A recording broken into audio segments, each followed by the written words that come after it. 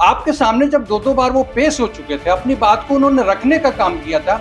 उसके बाद जब आप दिल्ली गए तो जैसे आपको ऐसा लग रहा था कि वो गुंडा है, क्रिमिनल है, वो जो है कि छोटा क्रिमिनल को खोजने के लिए लाखों लाख रुपए का घोषणा होता है। तो माननीय मुख्यमंत्री जी को खोज के लाएंगे, उसको 11,000 देंगे। अपराधी की तरह आप उनके घर में जाकर के जो है दबिश बना रहे हैं कि वो भाग जाएगा, पकड़ लो उसको। ये बहुत ही बात है। इस कार्रवाई से जो है ईडी का जो गरिमा है, ईडी का जो पद है, उस गरिमा को इन लोगों ने चूर। आम आदमी तो लापता नहीं होता है, तो माननीय मुख्यमंत्री जिनके जो है हाथ में झारखंड की बागडोर है, झारखंड का मुखिया है, वो कैसे जो है कि भाग सकते हैं या कैसे उस पर, ये तो ईडी एक ऐसी संस्था है जिसको निष्पक्ष होना चाहिए। लेकिन ये जो कार्रवाई हुई दिल्ली वाला, इससे तो यह स्पष्ट लग रहा है कि वो मुख्यमंत्री जी पूरे झारखंड के मुखिया है, तो क्या वो जो है कि झारखंड के लोगों के भगवान भरोसे छोड़ करके कहीं चले जाएंगे? ऐसा नहीं हो सकता है। इसमें सिर्फ और सिर्फ कहा जाए तो विपक्ष वाले लोग भी इसमें ज्यादा पॉलिटिक्स कर रहे हैं, मामला को हाईलाइट कर रहे हैं। झारखंड के मौजूदा राजनीतिक परिस्थितियों से आप सभी अवगत होंगे और जिस तरीके से झारखंड में जो मौजूदा महागठबंधन की सरकार है, उसके प्रति जिस तरीके से ईडी की कार्रवाई चल रही है और लगातार मुख्यमंत्री हेमंत सोरेन को कल तक ढूंढने का प्रयास चल रहा था। हालांकि अभी वह अपने मुख्यमंत्री आवास में अपने विधायक दलों के साथ में बैठकर बैठक भी कर रहे हैं और आप देख पा रहे होंगे कि हमारे साथ में मुस्तफा जी बैठे हुए हैं। आपको इनके बारे में बता दें कि ये आरजेडी के पूर्व मुख्य प्रदेश प्रवक्ता है और साथ में ही सामाजिक कार्यकर्ता भी है। लोगों के साथ में हमेशा उठते बैठते हैं, लोगों की सेवा करते हैं। इनसे इन मौजूदा परिस्थितियों को लेकर के बातचीत करेंगे कि क्या कुछ चल रहा है। मुस्तफा जी, सबसे पहले तो आपका गुड मॉर्निंग रांची न्यूज में स्वागत है। चलिए, आपको भी धन्यवाद। पहला सवाल ये होगा मुस्तफा जी कि जिस तरीके से कल तक मुख्यमंत्री फरार की बातें जो चल रही थी और आज बाबूलाल मरांडी जी ने एक पोस्टर शेयर कर दिया है कि मुख्यमंत्री लापता है, क्या सोचते हैं, इसे किस तरीके से देखते हैं? देखिए, जिस विषय वस्तु को आपने उठाने का प्रयास किया है, मैं आपके चैनल के माध्यम से आपको और तमाम जो है झारखंड वासियों को मैं झारखंडी जोहार करता हूँ जी। और जिस विषय वस्तु को आपने उठाया, मैं तो एक सामाजिक कार्य करता हूँ और मैं पॉलिटिक्स में पहले भी था और अभी भी थोड़ा पॉलिटिक्स का सोच है। जहाँ अन्याय होता है तो उस अन्याय के खिलाफ मैं बोलने का काम करता हूँ। जिस विषय वस्तु को आपने कहा है कि मौजूदा हालात में झारखंड के सीएम की बात है और ईडी की बात है और जो है केंद्र में जो सरकार बैठी है उसकी बात है।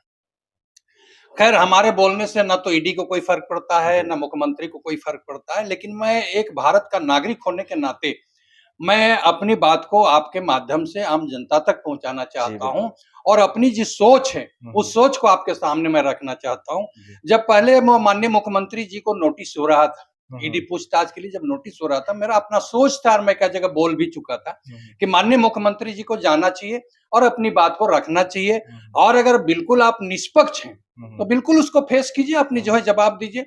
कई बार ईडी के लोगों ने उनको नोटिस दिया, समन जारी किया और इस बीच 2 बार जो है माननीय मुख्यमंत्री जी उनको जवाब भी दे चुके हैं। अभी हाल में शायद 20 तारीख को भी उनको पूछताछ हुआ था, उसका भी उन्होंने जवाब दे दिया। इस बीच माननीय मुख्यमंत्री जी अपने निजी काम से दिल्ली गए हुए थे और जब वो दिल्ली गए तो फिर बाद में ये पता चला कि ईडी वाले लोग दिल्ली पहुंच गए। अरे माननीय मुख्यमंत्री जी एक जनप्रतिनिधि है, झारखंड की जनता ने उनको चुना है और चुन करके जो है मुख्यमंत्री का कुर्सी उन्होंने दिया है, उनके ऊपर बहुत बड़ी जवाबदेही और जिम्मेवारी है।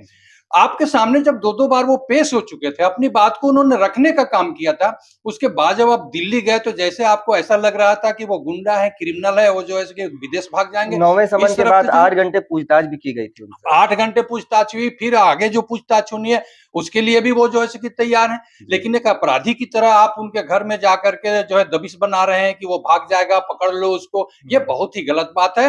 मैं एक सामाजिक कार्यकर्ता होने के नाते मैं अपनी बात को आपके माध्यम से आम जनता तक पहुंचाना चाहता हूं कि ईडी एक ऐसी संस्था है जिसको निष्पक्ष होना चाहिए। लेकिन ये जो कार्रवाई हुई दिल्ली वाला, इससे तो यह स्पष्ट लग रहा है कि वो निष्पक्ष नहीं है, बल्कि वो पक्षपात कर रहे हैं। अगर इस तरह से पक्षपात पूर्ण अगर कार्य करेंगे तो मैं समझता हूं कि जो भारतवासी हैं, जिनको ईडी के प्रति जो है विश्वास है कि वो गलत काम नहीं करेंगे, लेकिन मैं समझता हूं कि ईडी भी इस कार्रवाई से जो है ईडी का जो गरिमा है, ईडी का जो पद है, उस गरिमा को इन लोगों ने चूर-चूर करने का काम किया है। इससे आम जनता का जो है ईडी के प्रति विश्वास खत्म हो रहा है। अच्छा, मरांडी जी ने जो पोस्टर शेयर किया है लापता वाला, उस पर आप क्या सोचते हैं? देखिए ये तो सोचने वाली बात है ना, एक आम आदमी तो लापता नहीं होता है, तो माननीय मुख्यमंत्री जिनके जो है हाथ में झारखंड की बागडोर है, झारखंड का मुखिया है, वो कैसे जो है सो कि भाग सकते हैं या कैसे उस पर, ये तो पॉलिटिक्स हो रहा है ना। मैं उन्हें तो ढूंढ कर लाने वालों के लिए 11,000 रुपए का इनाम भी कुछ नहीं, ये तो कहा जाए तो क्या ढूंढ के लाने की बात करेंगे या 11,000।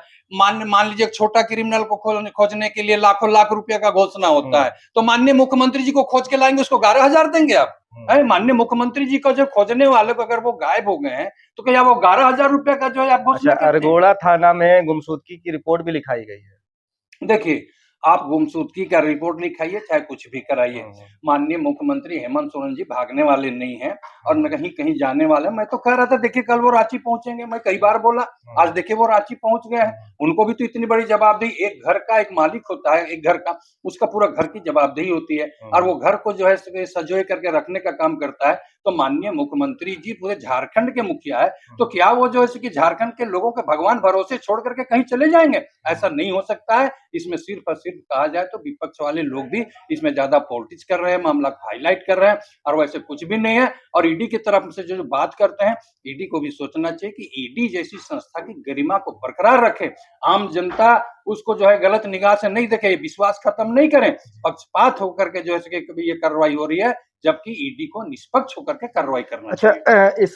सारे मामलों को बिहार की राजनीति से भी प्रेरित होकर के देखा जा रहा है कि बिहार वाला खेल जो है वह झारखंड में भी हो सकता है।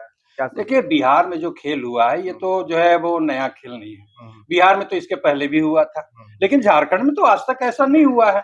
और अगर उस तरह से अगर मान लिया जाए होती है, तो ये तो गलत है ना, कि अगर मान लिया जाए कि एक पाप करने वाला पापी पाप कर लिया है और वो अगर जो है हमारे साथ चला है, तो उसका सब पाप खत्म हो गया। निष्पक्ष होना चाहिए, गलत को गलत कहना चाहिए, सही को सही कहना चाहिए, तभी देश और दुनिया चलेगा। नहीं तो जिस तरह का जो है राजनीति अभी चल रहा है पूरे देश और दुनिया में, ये देश के लिए एक अच्छा संदेश नहीं जा रहा है। अच्छा, ऐसे समय में झारखंड की जनता भी बहुत चिंतित है, क्योंकि विकास के कार्य जो है इन सभी चीज़ों की वजह से रुक जाते हैं, कहीं न कहीं योजनाएँ धरातल पर नहीं आ पाती है। क्या कहेंगे जनता से आप? देखिए, अगर मान लिया जाए, रांची एक जिला है, रांची जिला का अगर व्यवस्था तहस और नहस हो जाए, तो बिल्कुल स्पष्ट है कि जो है विकास का काम बाधित होता है। आदमी सब जितने भी पदाधिकारी हैं, वो चाहते हैं कि किसी तरह हम शांति स्थापित करें, उसके बाद विकास की बात करें। तो उसी तरह से अगर झारखंड में इस तरह का उथल-पुथल हुआ है, तो ये गलत हो रहा है। उससे क्या होगा कि विकास का काम झारखंड में प्रभावित होगा, और जो गरीब-गुरबा लोग हैं, गाँव में जो रहने वाले लोग हैं, मैं तो बार-बार इस बात को बोलता हूँ कि हिंदुस्तान का 85% लोग गाँव में रहते हैं, और मैं भी गाँव में रहता हूँ, तो मैं तो गाँव का दर्द को जानता हूँ कि गाँव के लोगों का क्या दर्द है। तो अगर इस तरह से उथल-पुथल होती रहेगा, तो निश्चित रूप से कि झारखंड का विकास तो प्रभावित होगा ही होगा। पिछली बार आप लोगों ने देखा होगा, आपकी सरकार, आपके द्वार कार्यक्रम चला। कम से कम इतना तो है कि उन लोगों को जगह तो मिला, काम तो मिला, लोगों को जो है जो परेशानी थी, लोगों का जो समस्या था, उस समस्या का समाधान तो हुआ ही है। ऐसा तो नहीं है कि नहीं हुआ है। इतना जरूर है कि माननीय मुख्यमंत्री जी ने अधिकारियों को निर्देश दिया कि आप गाँव में जाइए, टोला में जाइए, जिसका जो दुख दर्द है उसको सुनिए, और वहाँ बीडीओ, सीओ सब लोग गए। मान लेते हैं कि 100% जो 100% उसका परिणाम नहीं आया, लेकिन इतना जरूर है कि कुछ प्रतिशत तो परिणाम आया है, और गरीबों का जो काम है, वो काम जो है हुआ है। चलिए, ठीक है। तो दोस्तों, ये थे हमारे साथ में मुस्तफ़ा जी, इन्होंने जो अभी मौजूदा परिस्थिति है उस पर अपना वक्तव्य रखा है, और कल मुख्यमंत्री हेमंत सोरेन और ईडी के बीच में पूछताछ होनी है, और हम अपनी नज़र जो है इस मामले पर लगाए रखेंगे, और जो खबर है वह आप तक पहुँचाते रहेंगे। अगर आपको हमारा ये वीडियो अच्छा लगा हो तो वीडियो को शेयर कीजिए, और अपने जो सुझाव है आप हमें कमेंट करके बताते रहिएगा, और गुड मॉर्निंग रांची न्यूज़ को सहयोग करते रहिए। धन्यवाद।